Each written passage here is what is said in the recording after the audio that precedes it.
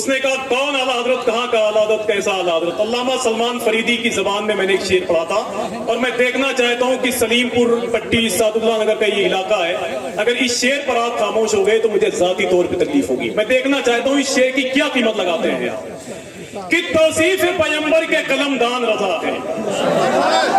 بڑی سی اپنی آواز کو بھاری رکھیں آپ۔ توصیف پیغمبر کے قلم دان رضا ہے، حق ساز اصولوں کے دبستان رضا ہے، ان رابطی گستاخ مجاور کو بتا دو ابے اجمیر کی عظمت کے نگہبان رضا ہے۔ گستاخ مجاور کو بتا دو، ارے نعرہ تو لگاؤ، ماشاءاللہ کھڑے ہو گئے۔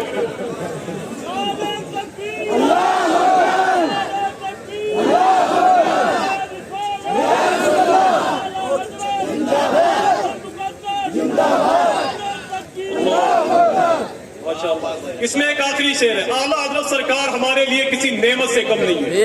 بولے بھائی، کسی نعمت سے کم نہیں ہے۔ مفتی صاحب اللہ ہمارے پورے گونڈہ بلرام پور ضلع میں جو سنیت مشہور ہے وہ سعد اللہ نگر علاقے کی ہے، اور کیوں ہے؟ اس کی بنیادی وجہ حضور شیر بیش سنت کی ذات ہے۔ ایک شعر پڑھو کہ توصیف پیغمبر کے قلم دان رضا ہے، حق سات اصولوں کے دبستان رضا ہے، ان رابطی گستاخ مجاور سے بتا دو اجمیر کی عظمت کے نگہبان رضا ہے، اور اس نعمت عظما پہ کرو شکر کے سجدے، اے منکرو اللہ کے احسان رضا ہے، اے منکرو اللہ کے احسان رضا ہے، اے منکرو اللہ کے احسان رضا ہے۔ حضرات آئیے بڑھے گی ادب اور احترام کے ساتھ مفتی صاحب اللہ سے پہلے میں گزارش کرتا ہوں اسی خوبصورت آواز کے مالک کو جن کو دنیا حضور شاہ سید شکیل رہبر صاحب اللہ کے نام سے موسوم کرتی ہے، جن کے بارے میں ہندوستان میں مشہور ہے کہ جب وہ پڑھتے ہیں تو شوگر اور پتھری کے مریض کو بھی سکون مل جاتا ہے۔ اب جن کو پتھری اور شوگر ہے وہ محسوس کر لیں، چاہے بیٹھ کے پڑھوں یا کھڑے ہو کے یا لیٹ کے، اچھا ہی پڑھوں گا۔ رات کے آخری حصے میں آپ کو بیدار رکھنا یہ بڑا عجیب کام ہے بھائی۔ جیسے کہ دعا تعویذ کرنے والے بابا تھے تو ان کے پاس کہ میرے سرکار کا مجھ پہ جو کرم ہو جائے تو مدینے کا سفر ایک قدم ہو جائے، کہ میرے سرکار کا مجھ پہ جو کرم ہو جائے تو مدینے کا سفر ایک قدم ہو جائے، پاؤں حسنین کریمین جو آ کر رکھ دیں میرا چھوٹا سا مکان باغ رم، پاؤں حسنین کریمین جو آ، اور پیسوں کا انتظام کیجئے میں کام کر رہا ہوں، کہ میرے سرکار کا مجھ پہ جو کرم ہو جائے تو میرے سرکار کا مجھ پہ جو کرم ہو جائے تو مدینے کی زمین ایک قدم ہو جائے۔ ابھی میرے بھائی نے پیچھے سے اشارہ کیا کہ اگر مجاوروں کے حوالے سے کچھ اور یاد ہو تو پڑھ دیجیے حضرت۔ تو میں تو اسے بیٹھا بیٹھا ابھی جو اجمیر شریف کے حالات ہوئے ہیں، جو وہاں مار پیٹ ہوئی ہے، اس کے بارے میں ایک ذہن میں ایک خاکہ میرے تھا کہ رافضیوں نے جو اجمیر میں حرکت کی ہے، اگر اب نہیں بولو گے نا تو وہ آپ کو ختم کر دیں گے۔ ان کے خلاف تو بالکل پلاننگ کے ساتھ اترنا ہے اعلیٰ حضرت کے ماننے والے، کہ رافضیوں نے جو اجمیر میں حرکت کی ہے، ایسی حرکت کی جہاں بھر نے مذمت کی ہے، اور صلح کلی تو فقط نام سے مر جاتے ہیں، ایسی ہیبت ہی میرے تاج شریعت کی ہے، صلح کلی تو فقط نام سے مر جاتے ہیں۔ چاہے زندگی پہلی بار بولا ہوں صحیح، ایسی ہیبت ہی میرے تاج شریعت کی ہے۔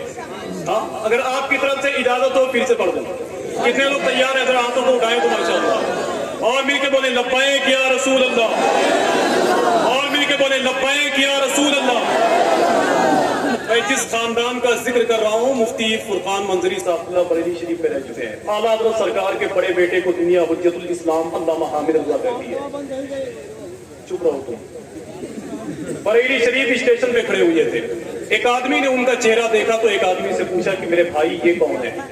تو اس نے کہا کہ یہ بریلی کے سب سے بڑے عالم مولانا احمد رضا خان کے بڑے بیٹے ہیں جن کو دنیا حامد رضا کہتی ہے۔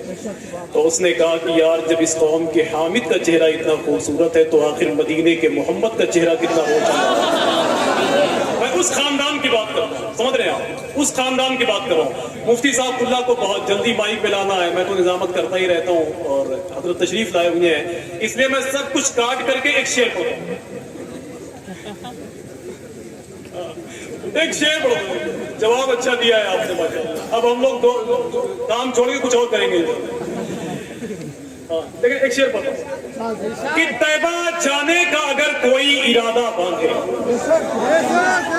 ردیف باندھے, کہ طیبہ جانے کا اگر کوئی ارادہ باندھے, ایسے دیوانے سرکار کو کتنا باندھے. ایک قاری صاحب اللہ تھے, بہت جلال میں تھے مفتی صاحب. امتحان لینے گئے, سالانہ امتحان. ایک طالب علم آیا تو قاری صاحب نے کہا بیٹا تمہارا کیا نام ہے؟ تو اس نے کہا حضور میرا نام لقمان ہے. لقمان. کہا سناؤ سورہ لقمان. اس نے سورہ لقمان سنایا. دوسرا طالب علم آیا تو قاری صاحب نے پوچھا تیرا کیا نام ہے؟ تو اس نے کہا کہ حضور میرا نام یونس ہے. یونس. کہا سناؤ سورہ یونس. اس نے بھی سنایا. ایک تیسرا طالب علم بہت ہوشیار تھا, جب وہ آیا کمرے میں تو قاری صاحب نے کہا کہ تیرا کیا نام ہے؟ تو اس نے کہا حضور میرا نام تو عمران ہے, لیکن میرے گھر کے لوگ مجھے کوثر کہتے ہیں. اب میں ایک شعر پڑھتا ہوں, ایک شعر پڑھتا ہوں, اور سنو تو آپ لوگ ایک کام کرو, پیسہ لاؤ کہیں سے. کہ طیبہ جانے کا اگر کوئی ارادہ باندھے. نظامت میں اس طرح کے شعر پڑھنا بہت مشکل ہے.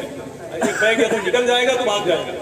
کہ طیبہ جانے کا اگر کوئی ارادہ باندھے, ایسے دیوانے سرکار کو کتنا باندھے, اور ان مرادوں کی پتنگ باب اثر تک پہنچے, ڈور میں جو بھی محمد کا وسیلہ باندھے.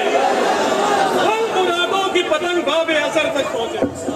ارے ڈور میں جو بھی محمد کا وسیلہ باندھے, ڈور میں جو بھی محمد کا وسیلہ باندھے.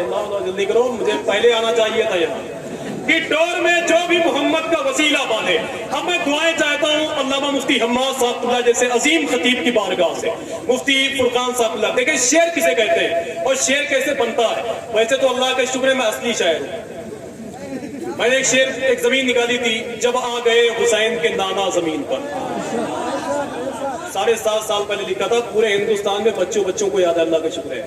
ایک زمین میں نے نکالی, ہم خوشی منائیں گے تم جلو یا مر جاؤ. پورے ہندوستان. تو یہ وہابیوں کا ناطقہ تو بہت پہلے بند کر دیا گیا ہے. کیوں بھائی, ہے نا. ایک وہابی مولوی تھا, ڈنڈا رکھ کے تقریر کر رہا تھا, ڈنڈا رکھ کے. اس نے کہا سن اگر تیرے غوث پاک کے اندر طاقت ہے تو بغداد شریف سے آئے مجھے ڈنڈوں سے مارے. ایک سنی بیٹھا ہوا تھا, اس نے 2-4 لات مار کے کہا یہ چھوٹے چھوٹے کام غوث پاک نہیں ان کے غلام ہی کر رہے. ایک شعر پڑھتا ہوں, نعت کا بہت بڑا شعر ہے, نعت کا بہت بڑا شعر جو میں پڑھنے جا رہا ہوں. کہ طیبہ جانے کا اگر کوئی ارادہ باندھے. کسی کو تکلیف تو نہیں ہے بھائی؟ ارے جلدی کرو. کہ طیبہ جانے کا اگر کوئی ارادہ باندھے, ایسے دیوانے سرکار کو کیسے باندھے, ان مرادوں کی پتنگ باب اثر تک پہنچے, اور ڈور میں جو بھی محمد کا وسیلہ باندھے, ڈور میں جو بھی محمد کا, اور جلدی بولو, ڈور میں جو بھی محمد کا وسیلہ باندھے, اور اہل محشر کی خوشی دیکھنے والی ہوگی جب نبی آئیں گے محشر میں امامہ باندھے. اہل محشر کی خوشی دیکھنے والی, جب نبی آئیں گے محشر میں. جلدی کیجیے, نعرہ لگائیے, نعرہ لگائیے, چادر اوڑھ کے بیٹھے, نعرہ لگائیے.